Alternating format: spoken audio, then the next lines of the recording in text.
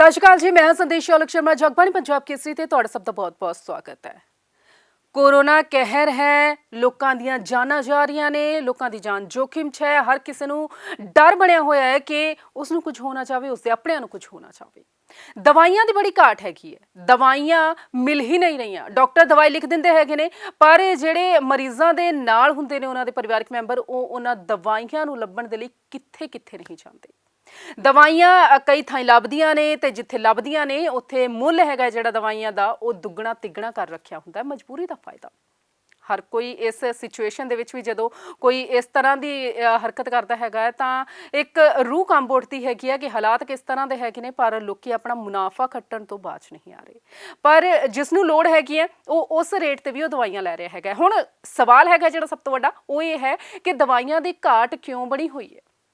ਦਵਾਈਆਂ ਜਦੋਂ ਪਿਛਲੇ ਸਾਲ ਤੋਂ ਹੁਣ ਤੱਕ ਕੋਰੋਨਾ ਦੇ ਜੇ ਇਸ ਕਾਲ ਤੇ ਇੱਕ ਵਾਰੀ ਨਜ਼ਰ ਮਾਰੀਏ, ਇਸ ਸਮੇਂ ਤੇ ਇੱਕ ਵਾਰੀ ਨਜ਼ਰ ਮਾਰੀਏ ਤਾਂ ਪਹਿਲਾਂ ਕਿਹਾ ਜਾਂਦਾ ਸੀ PPE ਕਿੱਟਾਂ ਹੈਗੀਆਂ ਨੇ ਜਿਹੜੀਆਂ ਉਹਨਾਂ ਦੀ ਘਾਟ ਹੈਗੀ ਹੈ, ਵੈਕਸੀਨ ਤੇ ਜ਼ੋਰ ਲਗਾਇਆ ਜਾ ਰਿਹਾ ਹੈਗਾ।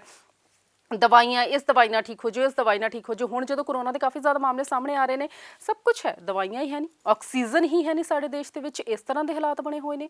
ਹਾਲਾਂਕਿ ਇੱਕ ਗੱਲ ਇਹ ਵੀ ਹੈਗੀ ਹੈ ਕਿ ਸਾਡੇ ਦੇਸ਼ ਨੇ ਦੂਜੇ ਦੇਸ਼ਾਂ ਦੀ ਮਦਦ ਬਹੁਤ ਵੱਧ ਚੜ੍ਹ ਕੇ ਕੀਤੀ ਹੈਗੀ ਹੈ ਤੇ ਮਦਦ ਕਰਨੀ ਵੀ ਚਾਹੀਦੀ ਹੈ। ਦੇਸ਼ਾਂ ਦੇ ਵਿੱਚ ਨਾ ਵੰਡੋ, ਇਸ ਇਨਸਾਨੀਅਤ ਹੈਗੀ ਹੈ ਜਿਹੜੀ ਉਹ ਹਰ ਕਿਸੇ ਦੇ ਅੰਦਰ ਬਣੀ ਹੋਣੀ ਚਾਹੀਦੀ ਹੈ। ਹੁਣ ਜਿਹੜਾ ਸਵਾਲ ਹੈਗਾ ਇਹ ਕਿ ਸਾਡੇ ਦੇਸ਼ ਦੇ ਵਿੱਚ ਦਵਾਈਆਂ ਦੀ ਘਾਟ ਕਿਉਂ ਹੈਗੀ ਹੈ, ਤਾਂ ਇਸ ਨੂੰ ਲੈ ਕੇ ਵੀ ਇੱਕ ਗੱਲ ਜ਼ਹਿਨ ਦੇ ਵਿੱਚ ਉੱਠ ਜਾਂਦੀ ਹੈ ਕਿ ਅਸੀਂ ਵੀ ਤਾਂ ਮਦਦ ਕੀਤੀ ਸੀਗੀ। ਦਰਅਸਲ ਇਸ ਘਾਟ ਦੇ ਪਿੱਛੇ ਦਾ ਕਾਰਨ ਦੱਸ ਦਿੰਦੇ ਹੈਗੇ ਆ। ਜਿਹੜੀ ਸੀਰਮ ਇੰਸਟੀਚਿਊਟ ਵੱਲੋਂ ਕੋਵਿਡਸ਼ੀਲਡ ਵੈਕਸੀਨ ਬਣਾਈ ਜਾਂਦੀ ਹੈਗੀ, ਉਸ ਦੇ ਵਿੱਚ ਜਿਹੜਾ ਕੱਚਾ ਮਾਲ ਵਰਤਿਆ ਜਾਂਦਾ ਹੈਗਾ ਹੈ, ਜਿਹੜਾ ਦਵਾਈਆਂ ਦਾ ਸਮਾਨ ਹੈਗਾ, ਜਿਹੜਾ ਸਾਫ਼ ਭਾਸ਼ਾ ਦੇ ਵਿੱਚ ਕਹੀਏ ਤਾਂ ਜਿਹੜਾ ਉਹ ਵਰਤਿਆ ਜਾਂਦਾ ਹੈਗਾ, ਉਹ ਅਮਰੀਕਾ ਤੋਂ ਆਉਂਦਾ ਹੈਗਾ।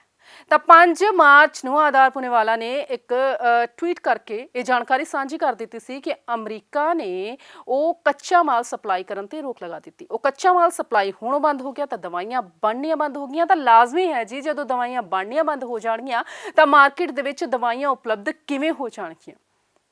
ਬਹੁਤ ਸਾਰੇ ਲੋਕ ਜਿਨ੍ਹਾਂ ਦੀ ਹਾਲਤ ਹੈਗੀ ਹੈ ਜਿਹੜੀ ਕੋਰੋਨਾ ਦੇ ਨਾਲ ਬਹੁਤ ਹੀ ਖਰਾਬ ਨਹੀਂ ਹੁੰਦੀ, ਉਹਨਾਂ ਨੂੰ ਪੈਰਾਸੀਟਾਮੋਲ ਦੇ ਕੇ ਹੀ ਠੀਕ ਕਰ ਦਿੱਤਾ ਜਾਂਦਾ ਹੈ, ਹਲਕੀਆਂ ਦਵਾਈਆਂ ਦੇ ਕੇ ਠੀਕ ਕਰ ਦਿੱਤਾ ਜਾਂਦਾ ਹੈ।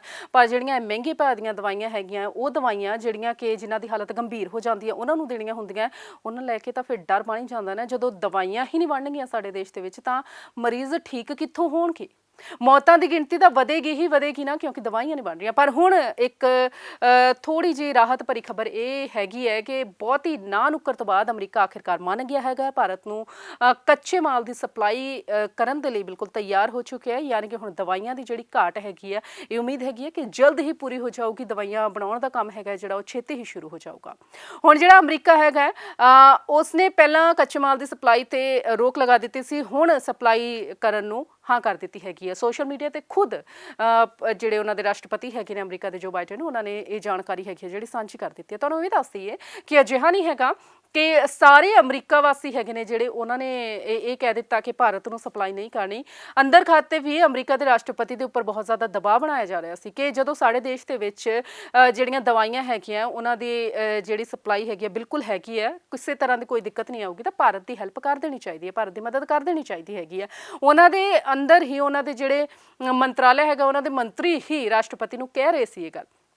ਹੁਣ ਜਦੋਂ ਵਾਰ-ਵਾਰ ਕਿਹਾ ਗਿਆ ਤਾਂ ਨਾ ਨੁੱਕਰ ਤੋਂ ਬਾਅਦ ਆਖਿਰਕਾਰ ਹੁਣ ਕੱਚੇ ਮਾਲ ਦੀ ਸਪਲਾਈ ਹੋ ਜਾਊਗੀ। ਕੱਚੇ ਮਾਲ ਦੀ ਸਪਲਾਈ ਹੋਣ ਤੋਂ ਬਾਅਦ ਜਿਹੜਾ ਕੱਚਾ ਮਾਲ ਭਾਰਤ ਆਊਗਾ ਤਾਂ ਦਵਾਈਆਂ ਦਾ ਕੰਮ ਸ਼ੁਰੂ ਹੋਊਗਾ। ਪਰ ਉਸ ਸਮੇਂ ਦੇ ਦੌਰਾਨ ਵੀ ਇੱਕ ਅਸੀਂ ਇਹੀ ਉਮੀਦ ਕਰ ਸਕਦੇ, ਇੱਕ ਅਰਦਾਸ ਕਰ ਸਕਦੇ ਹਾਂ ਪਰਮਾਤਮਾ ਅੱਗੇ ਕਿ ਇਹ ਜਿਹੜਾ ਦਵਾਈਆਂ ਬਣਨ ਦਾ ਵੀ ਸਮਾਂ ਹੈਗਾ ਨਾ, ਉਸ ਦੌਰਾਨ ਕਿਸੇ ਦੀ ਜਾਨ ਹੈਗੀ ਹੈ ਜਿਹੜੀ ਉਹ ਜੋਖਿਮ 'ਚ ਨਾ ਪਵੇ, ਕਿਸੇ ਦੀ ਜਾਨ ਤੇ ਕੋਈ ਖਤਰਾ ਨਾ ਆਵੇ। ਹਰ ਕਿਸੇ ਨੂੰ ਰੱਬ ਤੰਦਰੁਸਤੀ ਬਖਸ਼ੇ ਤੇ ਲੰਬੀ ਉਮਰ ਬਖਸ਼ੇ। ਕੋਰੋਨਾ ਕਾਲ ਦੇ ਵਿੱਚੋਂ ਅਸੀਂ ਜਲਦ ਨਿਕਲਾਂਗੇ, ਪਰ ਇਹ ਜਿਹੜੀ ਜੰਗ ਹੈਗੀ ਹੈ ਉਸ ਦੇ ਨਾਲ ਅਸੀਂ ਸਭ ਨੇ ਲੜਨਾ ਹੈ। ਸਤਿ ਸ਼੍ਰੀ ਅਕਾਲ।